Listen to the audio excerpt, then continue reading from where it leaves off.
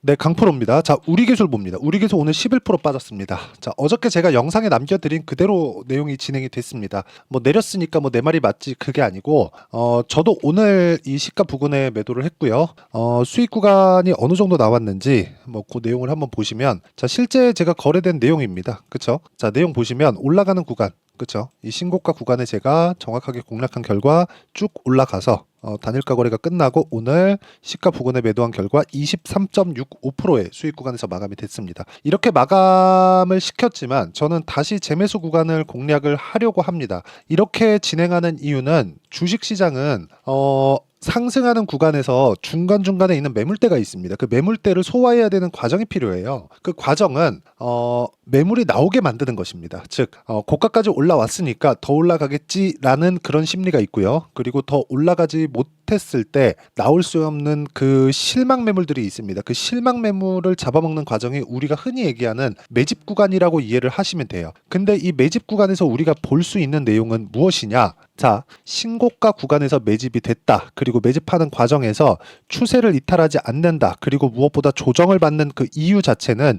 이평선과의 이격도를 좁혀야 되는 그런 상황이 조금 발생할 수 있다. 이런 부분이 있습니다. 예를 들어서 그래요. 어저께 기준에서 보면 20일 이평선과의 이격도가 30%가 넘어가죠. 이렇게 높은 이격도를 보이고 있을 때는 우리가 어떻게 해야 되느냐? 딱 여기까지만 생각하시면 됩니다. 이평선과의 이격을 좁혀야 되는 그쵸? 이 등락폭 지금 보면 31% 정도 나왔었잖아요. 여기 보시면 어저께 그쵸? 어저께 근데 오늘 같은 경우에 내렸고 20일 이평선은 올라오죠. 그래서 20% 정도로 줄었습니다. 내일은 우리 기술이 만약에 이쪽 구간에서 가격대를 유지만 하더라도 22평은 올라오죠. 즉 주가가 쭉 내려와서 22평까지 갈 수 있는 그런 환경이 나오지 않는다는 겁니다. 그쵸?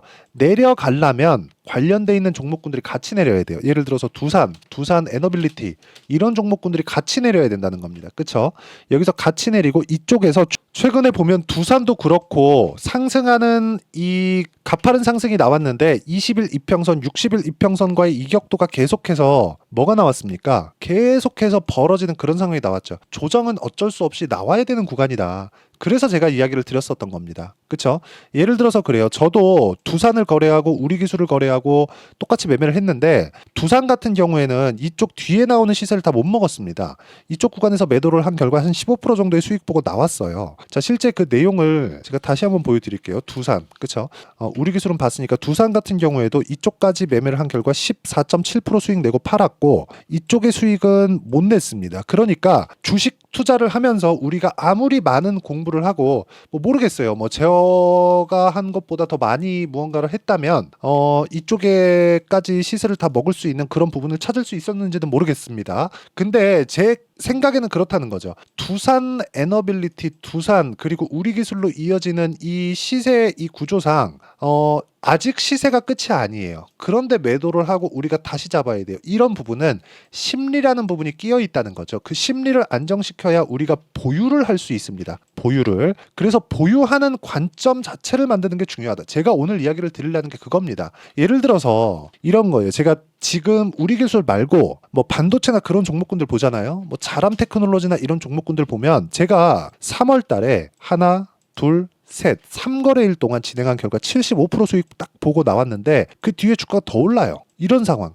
상황이 나온다는 거죠. 여기서 우리가 어떻게 이 고가까지 잡을 수 있겠는가. 하지만 여기서 추가적으로 상승하기는 조금 어려운 부분이 있다는 거죠. 왜 단기간에 너무 많이 올랐으니까. 근데 만약에 뒤에서 실적이 밀어 올려줄 수 있는 상황이 된다면 한미반도체와 같은 종목이죠. 그런 종목이 딱 버티고 있고 하이닉스 같은 종목이 빠지지 않고 버티고 있다면 반도체 종목에서는 순환매가 돈다. 요 내용을 가지고 원전에 대한 부분을 보면 두산, 그렇죠? 두산 이제 사상 최고가 딱 갔습니다. 오늘은 단기간에 너무 많이 올랐기 때문에 같이 조정을 줬지만 이 구간에서 우리가 봐야 되는 건 이쪽의 추세가 유지되고 있는 한 우리기술에 대한 추세는 동일하게 유지가 된다는 겁니다. 이런 부분이 유지되고 있어야 우리기술이 같이 시세를 낼 수 있다는 거고 이런 부분에 대한 내용을 계속 같이 공부하고 풀어나가기 위해서 제가 여기 소통방에서 다 공유를 하고 있습니다. 그쵸? 소통방에서 제가 장 시작 전에 어떤 종목을 공략해 봅시다. 이런 식으로 다 같이 공부할 수 있는 자료들을 다 보내드립니다. 자, 내용 보시면 그래요. 어저께 같은 경우에 오늘은 제가 사정이 있어가지고 아침 공략 종목이 안 나갔습니다. 근데 여기 보시면 시장감에서 한국 화장품 제조, 세부 에미시 시장감에서 전부 다 장 시작 전이죠. 보세요. 8시 50분, 8시 50분 장 시작 전이잖아요. 이런 부분들 그리고 뭐 두산이나 우리기술 볼까요? 쭉 올려서 보면 쭉 보시면 여기 많아요. 뭐 VT 같은 거 있잖아요. VT 같은 거 얼마나 많이 나가요. VT. 자, 내용 보세요. VT. 계속 올라요. 매수 그렇죠. 계속 상승. 신고가권 계속 매수. 이런 상황을 지속적으로 만드셨으면 좋겠습니다. VT는 이미 13%대 14%대 수익 구간에 있습니다. 다시 매수했는데도 불구하고 5월 10일 날 제가 9% 수익 보고 나왔는데 추가적으로 이 수익 구간을 만들어냈다는 거죠. 이런 부분이 신고가 구간에서 나온다면 우리는 신고가에 대해서 당연히 공부를 하는 게 맞다. 미래 가치를 주가는 땡겨다 쓴다는데 그 땡겨다 쓰는 구조에서 미래 가치를 땡겨다 쓴다는 건 가격이 올라가는 과정에서 미래 가치가 좋아지는 종목군들이잖아요. 그럼 이 좋아지는 종목군들을 우리가 가격으로 치환해서 볼 수 있다면, 그렇죠? 당연히 공부할 가치가 있죠. 그래서 이 내용에 대한 부분을 제가 여기 소통방에서 모두 공유하고 있습니다. 자, 최근에 뭐 전기 관련주들 다 강하죠. 그렇죠. 전부 다 신고가 종목. 그래서 같이 와서 공부하시고 어떤 식으로 매매가 진행되고 실전에서 어떻게 우리가 보고 판단을 해야 되는지 그 내용에 대해서 다 공유를 해드리고 있으니까 구독과 좋아요 눌러주시고요. 상단에 있는 전화번호로 구독 또는 10억이라고 문자 보내주시면 제가 소통방 입장 링크를 모두 공유를 해드리도록 하겠습니다. 그리고 무엇보다 중요한 내용은 이겁니다. 주식시장은 미래가치를 반영하는 과정에서 가격이 먼저 뜬다 그랬죠.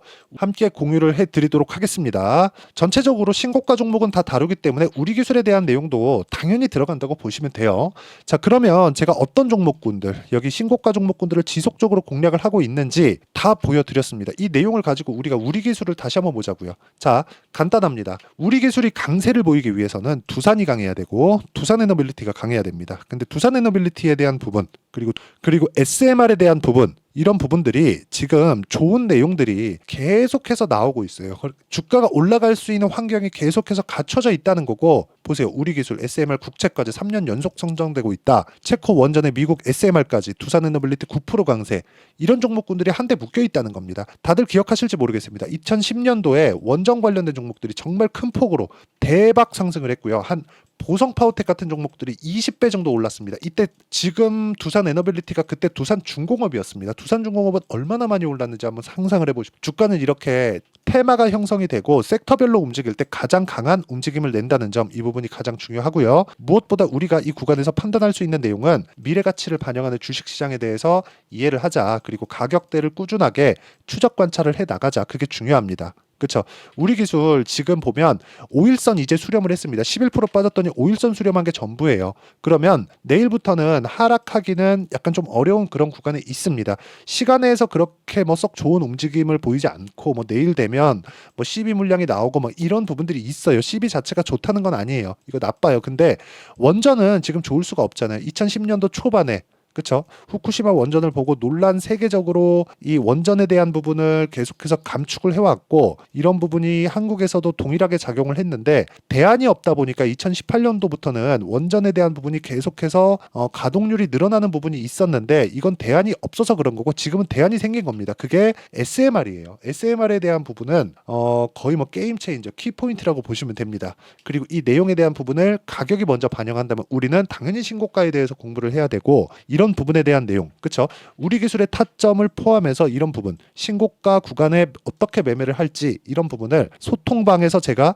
다 공유를 하고 있습니다. 여기 실시간으로 어떻게 공략을 해야 되는지 다 공유를 하고 같이 공부를 해 나가고 있고 여기는 무료로 진행하고 있으니까 구독과 좋아요 눌러주시고 상단에 있는 전화번호로 구독 또는 10억이라고 문자 보내주시면 되고요. 이 내용을 제가 어떤 식으로 공략을 할지 원리가 있겠죠. 그 원리에 대한 부분 이론적인 내용은 여기 우리 기술의 단기 보유 전략 단기는 2주입니다. 2주 동안 내가 어느 정도까지 상황을 만들어야 되는지 그 내용에 대해서 제가 다 담아놨고요. 무엇보다 우리 기술에 대한 재매수 관점 그리고 실시간 타점 그렇죠. 실시간 타점을 제가 문자로 공유를 해드리도록 할 테니까 상단에 있는 전화번호로 우리기술 또는 우리라고 문자 보내주시면 제가 단기 보유 전략과 함께 실시간 타점을 공유해드리도록 하겠습니다. 내용 정리하면 그렇습니다. 주식시장은 미래가치를 반영하기 때문에 주가가 올라간다. 이거는 제 예측치가 아니라 다 보여드렸습니다. 실적보다 주가가 빠르다. 이거는 그냥 아무 종목이나 딱 열어서 많이 올라간 종목들이 실적이 올라가는 속도가 빠른지 주가가 올라가는 속도가 빠른지를 보시면 됩니다. 그럼 주가가 올라가는 속도가 빠르다면 처음에 우리가 확인하는 과정에서 신고가까지 지켜봐야 되는 그런 구간을 보자는 겁니다. 이게 미증시도 다 동일해요. 이건 제 예측치가 아닙니다. 다시 말씀드려요. 시장이 원래 그렇게 생겨 먹었고 저는 거기에 맞춰서 매매를 할 뿐입니다. 이런 부분을 반드시 기억을 해주셨으면 좋겠고요. 이런 부분을 토대로 우리가 우리 기술의 재매수 타점을 잡을 수 있고 어떤 식으로 매매 진행이 되는지 반드시 공부를 해야 된다. 그리고 이 구간에 맞춰서 우리가 어떤 식으로 타점을 잡고 어떤 식으로 판단해야 다음 종목과 우리 기술의 타점을 잡을 수 있는지를 제가 다 이해를 시켜드리도록 할 테니까 영상 끝까지 시청하시고요. 모든 분들이 성공 투자하셨으면 참 좋겠습니다. 자, 24년도가 돼도 여전히 시장은 녹록지 못합니다. 이런 상황이 벌어지는 건 어쩔 수 없습니다. 이런 상황에서도 수익이 나는 종목들의 구조는 변하지 않습니다. 즉 대시세 종목에 대한 구조는 변하지 않는다는 거고, 실제 제가 소통방에서 지속적으로 이야기를 드리고 있는 내용도 대시세 종목이나 시장 주도주를 공략하는 건 철저하게 가격 분석을 하라고 이야기를 드리고, 가격 분석 이후에는 이슈에 대한 파악, 그리고 이슈를 파악하고 나서는 다시 내가 얼마에 매수할지 그 타점에 대한 부분을 지속적으로 언급을 하고 있습니다.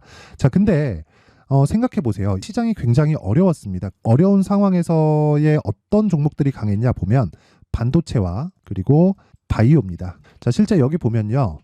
HLB에 제가 실제 매매한 내용을 띄워놓고 보여드리고 있는데 1월 22일부터 매매를 시작해서 4일 동안 31%의 수익 마감이 됐고요. 그리고 여전히 신고가 종목입니다. 자, 그리고 그 다음 어보브 반도체, 이름을 보시다시피 반도체 종목이죠. 그리고 AI 반도체는 지속적으로 강세를 보이고 있습니다. 이 종목도 신고가를 먼저 달성한 이후에 제가 21%의 단기간에 21%의 큰 수익을 내고 마감이 됐습니다. 다시 재공략을 준비하고 있고, 이런 부분은 소통방에서 다 공유를 해드립니다. 자, 그리고 코세스. 자, 코세스 같은 종목도 당연히 그쵸, 신고가 종목이고요. 그리고 반도체 종목입니다. 이 종목도 영업일 기준에서 이틀 동안 대략 한 15%의 수익 마감이 됐습니다.